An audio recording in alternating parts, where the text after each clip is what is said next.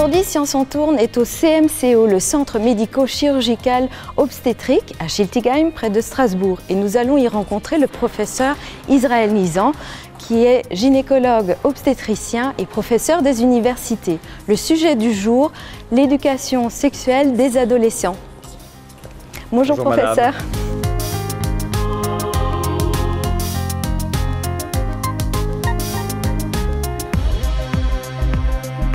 On a appris aux jeunes à traverser la rue en regardant à droite et à gauche pour ne pas se faire renverser.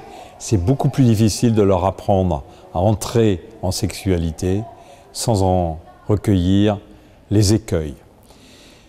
J'ai choisi 3 généralités qu'en général les jeunes ne connaissent pas pour parler de sexualité. La première, pas de sexualité chez les animaux. Un chien qui sent une chienne en chaleur, il court derrière sa truffe, la chienne ne se laisse monter dessus que si elle est en chaleur, autrement elle ne se laisse pas faire. Plus vite c'est fait, retour à la niche. Chez les humains, c'est pas du tout comme ça. Nous rêvons les uns des autres, sans oser le dire, c'est de la sexualité. Nous fantasmons les uns sur les autres, c'est de la sexualité. Le chien, il fantasme pas sur une chienne qui aurait les taches comme ci et les yeux comme ça, ni sur les positions avec la chienne. Nous, on fantasme là-dessus. Nous, on est capable de dire « je t'aime ». Et donc, on peut dire que les humains, ils ont aussi de la reproduction, comme les chiens. Mais en plus, ils ont quelque chose de très important, et on est les seuls sur cette planète à avoir ça. Nous sommes les seuls sur cette planète à faire l'amour, pas seulement pour faire des petits, mais aussi pour le plaisir. Et ça, c'est notre caractéristique. Les humains continuent, par exemple, de faire l'amour pendant la grossesse d'une femme, ce qui ne se passe chez aucun animal. Les humains continuent de faire l'amour après la ménopause de la femme, ce qui ne se passe chez aucun animal. Donc nous ne sommes pas juste nos hormones, nous sommes nos hormones, plus un immense domaine en plus qui s'appelle la sexualité. Deuxièmement, sur la sexualité, on peut dire à un jeune, ta sexualité c'est perso. Elle ne regarde ni les parents, ni les copains, ni les profs, ni les médecins. Oh, je sais bien qu'il y en a qui racontent leurs petites histoires. Mais là, j'ai quelque chose à vous apprendre de très important pour toute votre vie. Si vous voulez qu'on vous écoute, ah oui, racontez vos histoires et vos galipettes. On vous écoutera et en même temps, on vous méprisera. Car la sexualité, c'est un domaine secret. Pour la première fois de votre vie, vous avez un vrai gros secret. Tant pis pour ceux qui ne le sauront pas, ils seront écoutés et en même temps méprisés. Même les parents n'ont pas à le savoir. Ils ont leur sexualité, elles ne regardent pas les enfants. Les enfants ont leur sexualité, elles ne regardent pas les parents. C'est d'ailleurs un droit des adolescents qui m'autorise, moi médecin, à donner de la contraception à un jeune et à aider un jeune sans que ses parents le sachent. J'ai même le droit d'aller jusqu'à faire un avortement sans que les parents le sachent. Ça veut dire que la France a décidé qu'il y avait un vrai droit des adolescents à la confidentialité de sa sexualité. Enfin, dernier point de cette introduction, vous savez que les médecins ont mis des normes sur tout. En dessous de telle taille, t'es un nain, au-dessus de telle taille, t'es un géant, au-dessus de tel poids, t'es un obèse. Mais il n'y a pas de normes sur la sexualité. Pour rigoler, on va prendre 3 extrêmes. Premier rapport à 14 ans, pour les médecins, normal, pas normal? Normal. Et premier rapport à 22 ans, normal aussi. 3 rapports par jour, normal. 1 rapport par an, normal aussi. 1 rapport en 3 minutes, normal. Et en 3 heures, normal aussi. Donc, pour les médecins, tout est normal. Mais la justice ne voit pas les choses de cet œil-là, c'est-à-dire nous, la société. Que dit la société des rapports sexuels? Elle dit que tout rapport sexuel qui se fait sans le consentement valide des deux est un crime, pas un délit. Tout de suite le max. Pourquoi je dis valide? Parce qu'une fille ne peut pas dire oui à son père. Et ça s'appelle un inceste et c'est 10 ans de prison pour le père. Et s'il y en a un des deux qui n'est pas d'accord, ça porte un autre nom, le viol, et c'est 10 ans de prison pour le violeur. Donc la société française, elle met tout en haut des valeurs, le consentement. Il y a 150 hommes qui sont en prison en France pour 10 ans pour avoir violé leur propre femme. Mais ils disent au tribunal, mais c'était ma femme, j'avais le droit. Et non, ce jour-là, elle ne voulait pas. T'as pas écouté, c'est un viol, pas de circonstances atténuantes. Et donc, la société française est très vigilante. Quoi que ce soit qui se passe sans le consentement des deux, et on est dans le viol. Donc 3 remarques pour commencer. Il n'y a pas de sexualité chez les animaux, et les animaux ils font que se reproduire. Ta sexualité c'est perso. Et troisièmement, les médecins disent qu'en matière de sexualité il n'y a pas de norme, mais la justice rattrape le coup et dit si, il y a une norme, c'est le consentement valide des deux. Au total, La sexualité, c'est le plus beau cadeau qu'on a eu du bon Dieu ou du grand architecte de l'univers. Et ce cadeau, il a une particularité, c'est que quand on le déballe, bonjour l'angoisse. Même ceux qui ont tellement de muscles sous les bras qu'ils ne peuvent pas les rapprocher du corps dans la cour de récréation. Vous savez, les gros frimeurs, encore plus que les autres. Tout le monde a de l'angoisse avec sa propre sexualité, c'est pour ça qu'il y en a qui rient bêtement quand on se met à en parler. Alors ce que je vous propose maintenant, c'est d'aborder un certain nombre de sujets de sexualité. Je vais d'abord aborder la contraception et les maladies sexuellement transmissibles, mais je ne m'arrêterai pas aux écueils. On va aborder la question de l'homosexualité, pour savoir qui est homosexuel, pourquoi on est homosexuel et est-ce que c'est une maladie. Puis je vais aborder la masturbation, la jouissance sexuelle, la virginité, les violences sexuelles et l'inceste. Il y a 10 jeunes femmes de votre âge qui viennent chaque semaine dans mon hôpital pour une IVG. Entendons-nous bien, je suis fier d'appartenir à un pays, la France, qui, il y a 40 ans, a décidé de médicaliser l'IVG. D'ailleurs, pourquoi je suis fier? À l'époque, j'étais jeune interne et j'ai vu en 3 mois 2 jeunes femmes de 15 ans et 16 ans mourir en 24 heures dans des douleurs atroces après s'être injectées de l'eau savonneuse dans l'utérus pour avorter. Le seul péché de ces filles avait été d'être amoureuses d'un garçon. Et à l'époque, il en mourait 1 par jour en France. 300 par an. La France a dit, ça ne va plus, on ne peut plus faire ça comme ça.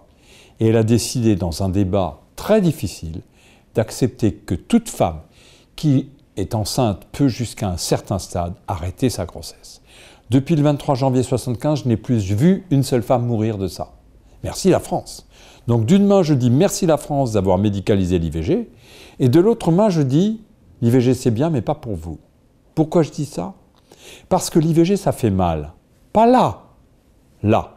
Je rencontre des femmes qui, 5 ans, 10 ans, 15 ans après une IVG, me disent « Docteur, depuis que ça m'est arrivé, je ne suis plus comme une autre femme. Je n'ai plus autant de plaisir quand je m'approche d'un homme. » Vous savez, docteur, se mettre sur une table d'opération avec les 4 fers en l'air et un médecin qui vous opère au milieu, c'est pas sympa. Et ça m'est resté là. Et donc je suis là aussi aujourd'hui pour vous dire comment faire pour éviter ça. Pour éviter ça, c'est-à-dire avoir une sexualité sans être dans la reproduction. Ces moyens s'appellent les moyens de contraception. Et depuis 50 ans, nous avons des moyens de contraception très puissants à 100%. Nos grands-mères, quand elles faisaient l'amour, à chaque coup, elles risquaient d'être enceintes. Pour nous, c'est fini. Sauf pour certaines jeunes qui ne savent même pas que ça existe. Les jeunes croient que les premiers rapports ne risquent rien, que si on a des rapports pendant les règles, on ne risque rien, que si le garçon se retire pour éjaculer, on ne risque rien, que si on met un préservatif, on ne risque rien, que la pilule, ça fait grossir, ça donne le cancer et ça rend stérile, tout ça, c'est faux. Alors, qu'est-ce qui est vrai? Eh bien, voilà le hit parade des moyens de contraception pour les ados. Number 1 sur le podium, l'implant. Un petit bout de plastique qu'on met ici sous la peau du bras après avoir fait une anesthésie avec de la pommade, qui reste 3 ans, et c'est une pilule à 100%, valable 3 ans. Et ça ne peut pas se voir. Au bout de 3 ans, on fait une petite anesthésie locale, on l'enlève, on en met un autre. Et les parents ne peuvent pas le savoir. Et moi, quand je le mets à un jeune, je ne suis pas dans l'illégalité. La France a décidé que les jeunes peuvent avoir leur contraception sans que les parents le sachent. Number 2, la pilule. Mais vraiment loin derrière. Le premier, c'est l'implant. La pilule, pourquoi c'est loin derrière? Parce que c'est aussi à 100% quand on y pense et quand on ne l'oublie pas.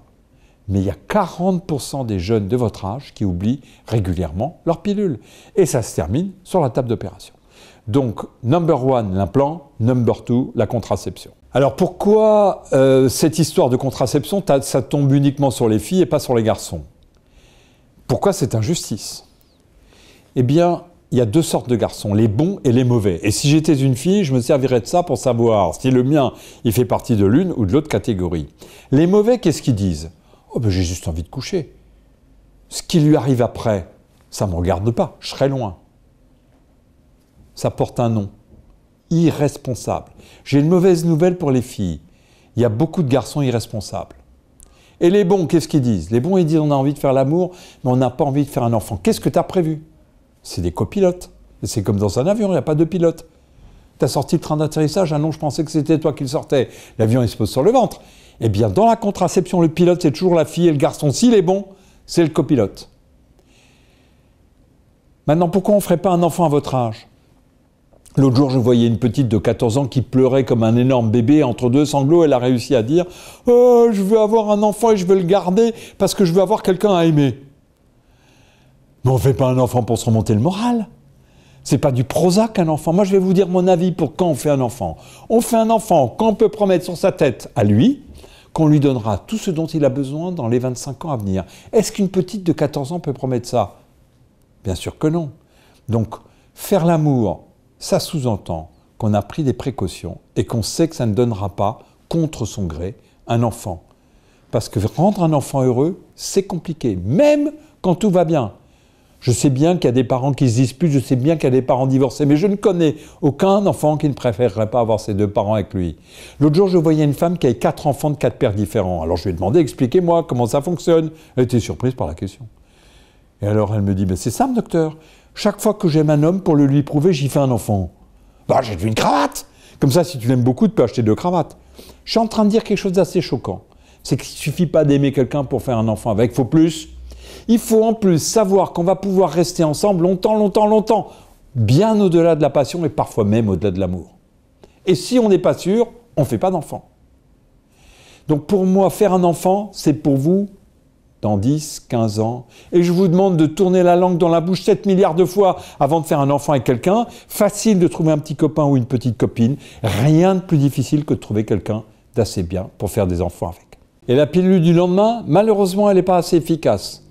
Que 85% d'efficacité si elle est prise dans les 12 heures et que 56% d'efficacité si elle est prise dans les 48 heures. Donc je ne peux pas vous conseiller la pilule du lendemain parce qu'elle n'est pas à 100%.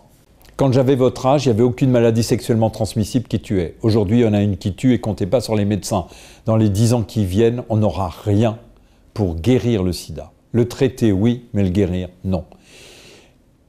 De 2 choses l'une, il y a 2 sortes de rapports chez les jeunes. Il y a premièrement Roméo et Juliette. On se connaît depuis la maternelle, jamais on pensait qu'on serait amoureux l'un de l'autre. Roméo et Juliette ont besoin de l'implant, voire de la pilule, à partir du moment où ils sortent ensemble, où ils se promènent main par la main, même s'ils ne sont pas prêts de faire l'amour, ni l'un ni l'autre. Ils n'ont rien besoin d'autre, parce qu'ils savent tout l'un de l'autre et ils ont tout commencé ensemble. Deuxièmement, tout ce qui n'est pas Roméo et Juliette. Ce garçon que j'ai vu en boîte, là, t'as vu comme il est beau? Il a la petite lueur dans la prunelle. Je vais voir si je suis capable de le faire me désirer. Je le drague. Ce n'est pas le moment de faire sa fiche médicale. Eh, viens voir par ici. Est-ce que tu as déjà couché? Est-ce que tu t'es déjà drogué? Ou on drague, ou on fait la police. Mais on ne peut pas faire les deux à la fois. Dans tous ces cas où on ne sait pas tout de l'autre et où ce n'est pas le moment de poser des questions, en plus de la contraception qui est faite pour ne pas avoir d'enfants, préservatif pour ne pas s'infecter. Et par rapport au préservatif, il y a 2 sortes de garçons. Ceux qui mettent leur préservatif tout seuls comme des grands, normal. Puis il y a une catégorie de garçons qui disent ne pas vouloir utiliser de préservatif. Explication de texte sur ces garçons-là. Ces garçons, comme tous les garçons à votre âge, sont préoccupés par une seule et même question.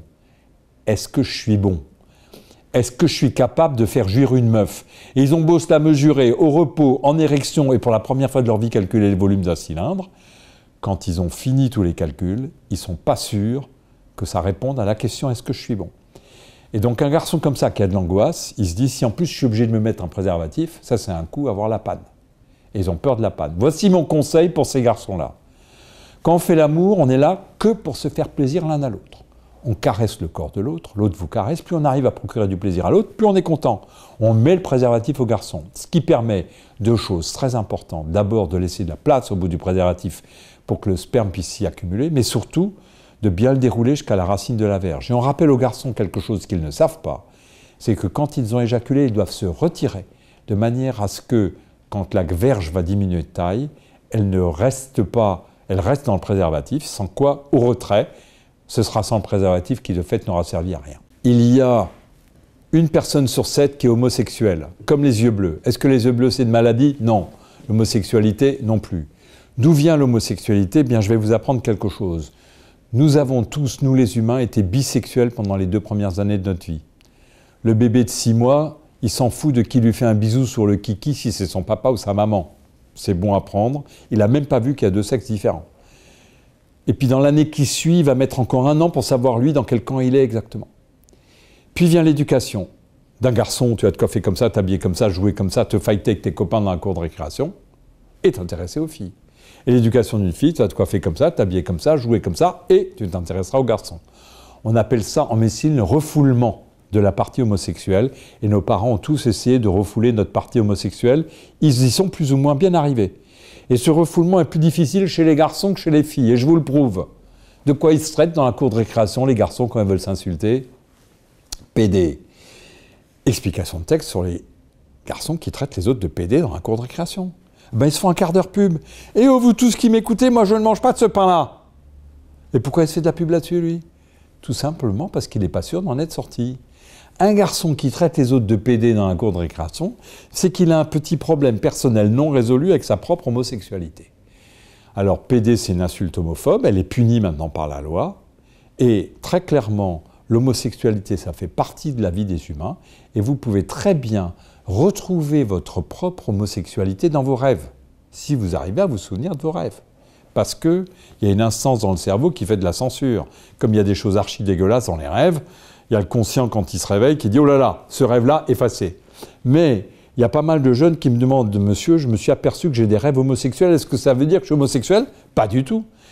Est-ce que le fait d'avoir eu des rapports homosexuels veut dire qu'on est homosexuel? Pas du tout. Alors qui est homosexuel? Est homosexuel une personne qui ne s'intéresse qu'aux personnes du même sexe sur le plan affectif et sexuel après l'âge de 20 ans. Et donc pour moi l'homosexualité c'est une forme normale de la sexualité, ce n'est pas une maladie, il y a une personne sur 7 qui est concernée, on n'est pas obligé de porter un badge « je suis homosexuel », ça fait partie de la vie privée. Vous pouvez tranquillement regarder votre voisin de gauche et votre voisine de droite, j'ai une confidence à vous faire, il s'est masturbé et elle se masturbera.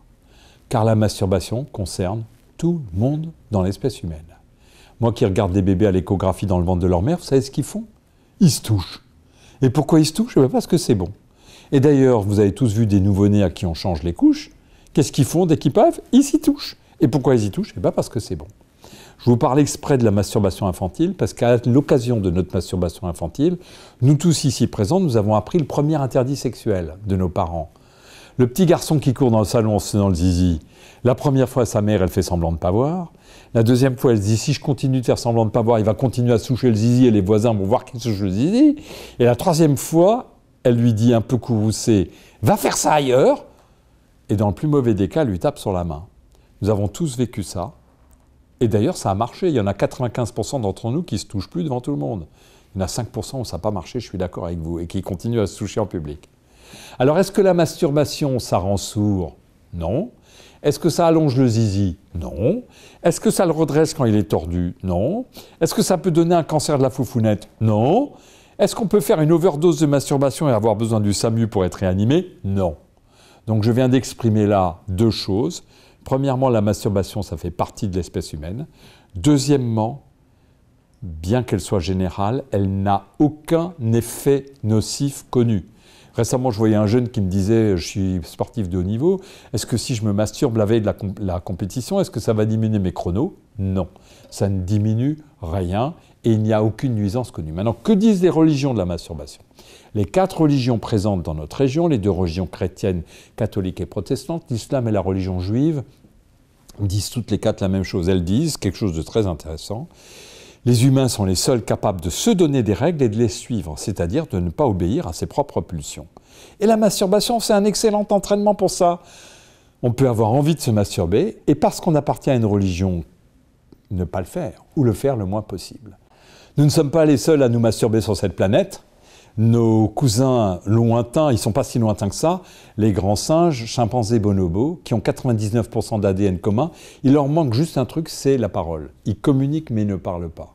Donc ils peuvent dire quelque chose au présent, je suis fâché contre toi, je vais te casser la gueule, mais ils ne peuvent pas dire ça c'est bien, ça c'est mal. Comme ils n'ont pas la parole, pas de culpabilité, les parents apprennent aux petits à se masturber, on se masturbe en famille le dimanche. Ce que nous ne pouvons pas faire parce que nous, on a la parole. Tout le monde ici présent a déjà vécu des orgasmes au cours de ses rêves érotiques. Les garçons, ils le savent bien parce qu'il y a du sperme dans les draps qu'ils essaient de nettoyer. Heureusement, quand la mère le voit, elle dit « mon garçon, il fonctionne normalement ». Et les filles, il n'y a peut-être pas de sperme, mais il y a aussi, depuis l'âge de 9-10 ans, des rêves érotiques qui font jouir. Et pourtant, quand vous jouissez la nuit, il n'y a pas une petite fée qui vient faire guili-guili sous les draps, sur les organes sexuels. Ça jouit tout seul, mais en l'air. Explication, attention difficile à comprendre. Pour les imbéciles, l'organe du plaisir, il est là en bas. Pour tous les autres, il est là-haut. Être capable de jouir, c'est être capable de se raconter sa petite histoire dans sa tête, qui comporte des fantasmes, des mots grossiers, des choses obscènes, des réminiscences infantiles. Celle-là, elle est confidentielle défense et on n'a pas envie de la raconter. Mais on a tous une ou des petites histoires qui nous font jouir.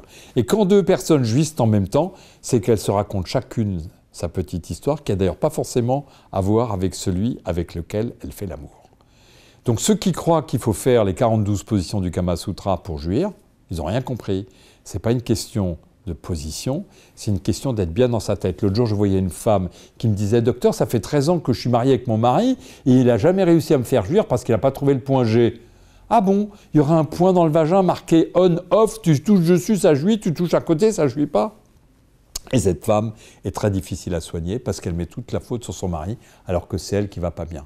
Vous avez entendu parler d'impuissance, de frigidité, ça se soigne très bien. Comment? En regardant ce qui s'est passé dans la vie de l'enfant qui fait que quand il est éveillé, il a un blocage et qu'il n'arrive pas à accéder au plaisir. Tout le monde jouit, tout le monde vit des orgasmes, au moins dans ses rêves. Dans mon service, il naît 3000 petites filles chaque année. Les petites filles, on peut leur regarder la foufounette sans que ça les fasse rougir jusque derrière les oreilles. Il y en a 1500 qui soit n'ont pas d'hymen, cette petite membrane qui se trouve à l'entrée du vagin, soit ont un hymen tellement souple et tellement élastique qu'il ne se déchirera pas lors du premier rapport, mais seulement lors du premier accouchement. Si bien qu'il y a une femme sur deux qui ne saigne pas lors du premier rapport. Donc dire qu'une femme est vierge parce qu'elle saigne ou qu'elle ne saigne pas, c'est faux une fois sur deux. Est-ce qu'il y a une vraie définition de la virginité? La réponse est oui, écoutez bien. Est vierge tout garçon et toute fille qui n'a jamais eu de rapport. Si je veux savoir si un garçon est vierge, comment je fais? Je lui demande. Et si je veux savoir si une fille est vierge, comment je fais? Je lui demande. Comment on peut mentir? Mais si on ment sur des choses aussi importantes, c'est pas la peine de continuer. Il y a des pays où la nuit de noces, le jour de la nuit de noces, on amène la jeune épousée chez le gynécologue vétérinaire qui, avant qu'on l'essaye, pas chez nous, hein, chez nous, un médecin qui fait ça, si je le sais, je le dénonce à l'ordre des médecins parce que c'est interdit de se comporter de manière aussi bestiale avec une femme. On a le droit de regarder sous la queue d'une vache pour voir si elle est en bonne santé avant de l'acheter. On n'a pas le droit de regarder entre les jambes d'une femme avant de l'épouser. Car si on le fait, ça veut dire qu'on se comporte avec elle comme avec un objet. Sa parole n'a aucune valeur. Et c'est un objet, on vérifie. Et une femme qui sait se traiter comme un objet sera traitée comme un objet. Moi, j'ai beaucoup de respect pour une femme qui arrive à rester vierge jusqu'au mariage. Chapeau. Chapeau parce que c'est dur. Mais je perds tout mon respect pour elle si, quand un homme lui demande « T'es vierge, toi ?» si elle ne répond pas du tac au tac « Moi, oui, et toi ?»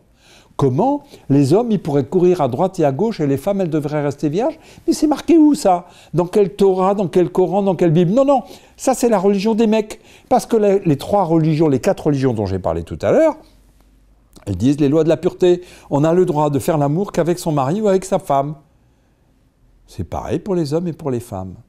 D'ailleurs, il y a des pays encore pires que celui que j'ai dit, où le lendemain de la nuit de noces, comme il n'y a pas de gynécologue vétérinaire, on suspend le drap taché de sang à la fenêtre. Et s'il n'y a pas de sang, on répudie la femme après l'avoir essayé. Et dans ces pays, les mères donnent à leurs fils ce qu'il faut pour qu'il y ait du sang dans les draps, parce qu'elles savent que de mère en fille, il y a eu plein de gens qui ont été répudiés. Et d'ailleurs, je vais vous dire, dans la plupart des cas, quand il n'y a pas de sang, c'est tout simplement que le zizi était un peu petit. Alors moi, j'ai une question pour ces pays. Est-ce qu'on descend les culottes des garçons pour voir si par hasard leur zizi ne serait pas un peu petit? Ah non, on ne descend pas les culottes des garçons. Les culottes des filles, on les descend beaucoup, mais là, il s'agit de l'honneur des garçons. Il faudra que ces pays changent. Parce que l'objet de ce problème-là, c'est simplement de transformer les femmes en objets. Donc attention, piège à filles sur la virginité. On ne peut pas refaire sa virginité. Et d'ailleurs, l'autre jour, je voyais une jeune femme qui avait eu 3 ans de rapport sexuel par l'anus pour rester vierge. Elle est vierge pour vous? Bien sûr qu'elle est plus vierge. À partir du moment où on a eu un rapport sexuel, on n'est plus vierge, que l'hymen soit intact ou qu'il ne soit pas intact. Donc la vraie définition de la virginité, écoutez bien, c'est le fait de n'avoir jamais eu de rapport sexuel. Il n'y a pas besoin d'aller vérifier, il n'y a qu'à demander. Il y a des hommes qui deviennent violents quand ils commencent de faire l'amour. On s'en va à la première gifle. Mais je l'aimais, docteur. Tant pis pour toi, ta vie est foutue. Ces hommes sont en fait des malades. Ils ont soit été battus quand ils étaient petits, mais encore plus souvent encore, ils n'ont vu à la maison qu'un père qui violait la mère. Ils n'ont pas cessé d'entendre les hurlements de douleur de leur mère. Ils s'imaginent, ces hommes, que pour être viril, il faut faire mal à une femme. Et en plus, ils sont dangereux parce qu'il y a une femme qui meurt tous les 2 jours en France de ça. Donc on ne rigole pas avec ça. Quand un homme a été violent une fois, ça va toujours s'aggraver, car nous ne savons pas soigner cela. On s'en va. Et d'ailleurs, il y a quelque chose qui vient avant la violence, c'est les injures. T'es qu'une conne, au revoir, tu n'auras pas l'occasion de me le dire une deuxième fois. La violence d'un homme, même s'il s'excuse après, c'est quelque chose qui va revenir et c'est une maladie qu'on ne sait pas gérer. Il y a aussi l'inverse, il y a des femmes qui jouissent de voir leur compagnon dans le malheur et dans la misère. C'est plus rare, plus difficile à détecter, mais je l'aimais, docteur, tant pis pour toi, ta vie est foutue, même chose. Il y a une nouvelle forme de violence qui sévit chez les jeunes, c'est je t'ai pris en photo quand tu étais nu et je vais mettre ça sur les réseaux sociaux, et tant pis pour toi. Et si tu ne fais pas un câlin à toute la classe, je diffuse cette image. C'est une violence sans nom, ce n'est pas une preuve d'amour de son copain. Il y a une autre forme de violence pour les jeunes, c'est la pornographie.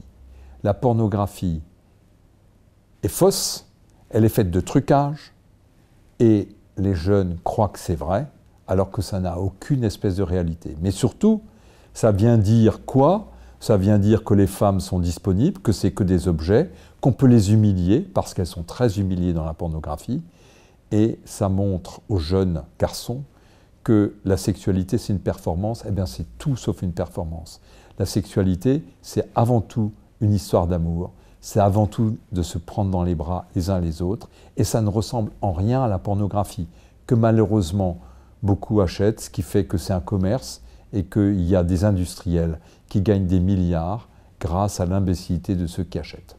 L'inceste, c'est quand les adultes franchissent la ligne jaune. Ni un père, ni un oncle, ni un concubin de la mère, ni un prof, ni un moniteur de colo n'ont à s'intéresser aux enfants et aux adolescents sur le plan sexuel.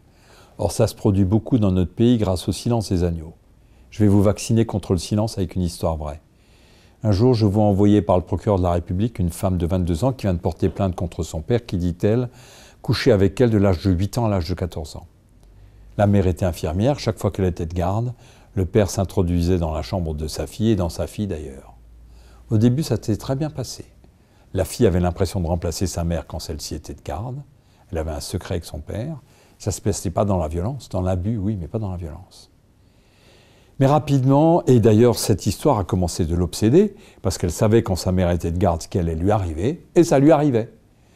Et ses résultats scolaires se sont dégradés, et elle a été virée de son établissement scolaire et mise dans un établissement à distance, et ça s'est arrêté là avec le père. Elle oublie tout. Elle croit oublier tout. Il y a des trucs qu'on n'oublie pas.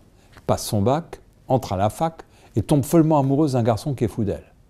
Et on passe des heures à passer dans la campagne, et à se promener main par la main, et à se raconter toute notre vie. Toute notre vie, non. Il y a des trucs qu'on ne peut pas raconter. Et quand le garçon essaye de la caresser ou de l'embrasser, elle fait une sorte de crise d'épilepsie, elle tombe dans les pommes. Le garçon, il se dit, moi je ne suis pas avec elle pour ça, de toute façon je l'aime, dès que je ne suis pas avec elle, elle me manque. Ça va passer. Un an passe, ils se mettent dans un studio ensemble, et c'est toujours pareil. Alors un soir, le garçon lui dit, écoute, tu devrais consulter, il y a quelque chose d'anormal qui se passe chez toi. Et c'est là qu'elle craque et qu'elle lui dit, chaque fois que tu me touches, ça me rappelle ce que me faisait mon père. Tête du garçon, il est écœuré. Il voit bien que celle qu'il aime, elle a des séquelles graves. Ils discutent ensemble pendant des mois et il finit par la convaincre de porter plainte contre le père, car se dit-il, si la société reconnaît qu'elle est une victime, ce sera pour elle le début du commencement d'un traitement. Ils vont ensemble à la gendarmerie, ils portent plainte, on cherche le père qui crie comme un cochon qu'on égorge. Moi, ma fille, à moi, jamais j'aurais pu faire ça. Pas la peine d'aller chercher du sperme, on est 8 ans après le dernier rapport, et c'est la parole de l'un contre la parole de l'autre. Mais le magistrat, il sait très bien qu'aucune fille ne dit ça de son père si c'est pas vrai. Et comment est-ce qu'il va faire la preuve? Il fait comme ça. Il dit, est-ce que par hasard, vous ne l'auriez pas raconté à une amie? Ah si, un jour que j'étais très déprimé sous le sceau du secret, je l'ai raconté à ma meilleure amie. On la cherche. Elle dit, oui, elle me l'a raconté sous le sceau du secret. Inculpée pour complicité de viol sur mineur de 15 ans. La copine. Et maintenant, je vais vous dire la loi de la France. Nul n'est censé connaître un fait de viol sur mineur de 15 ans et le mettre dans la poche avec un mouchoir dessus. Ça porte un nom dans notre pays. Complicité de viol sur mineur de 15 ans, ça se juge aux assises. Et donc, quand vous entendez une histoire comme ça, vous devez aller tirer la manche de l'infirmière scolaire ou du prof avec lequel vous entendez le mieux et lui dire, voilà, mon copain ou ma copine, ça touche autant les garçons que les filles, il est victime de ça et de ça, il faut le protéger. Et si l'adulte ne bouge pas, eh bien, c'est lui qui risque d'avoir à rendre des comptes 15 ou 20 ans plus tard, car on est en train d'allonger le délai de possibilité de plainte sur cette affaire-là. Donc pour moi, le viol des enfants et des adolescents, il peut continuer parce qu'on ne dénonce pas les adultes pervers qui se servent des enfants et des adolescents, et on ne fait pas ce que font les pays du nord de l'Europe qui font des cours qui s'appellent « Touche pas à mon corps ». Au CP, à l'âge de 6 ans, tu n'as pas le droit de me laver entre les fesses quand tu me donnes le bain, mon corps est à moi.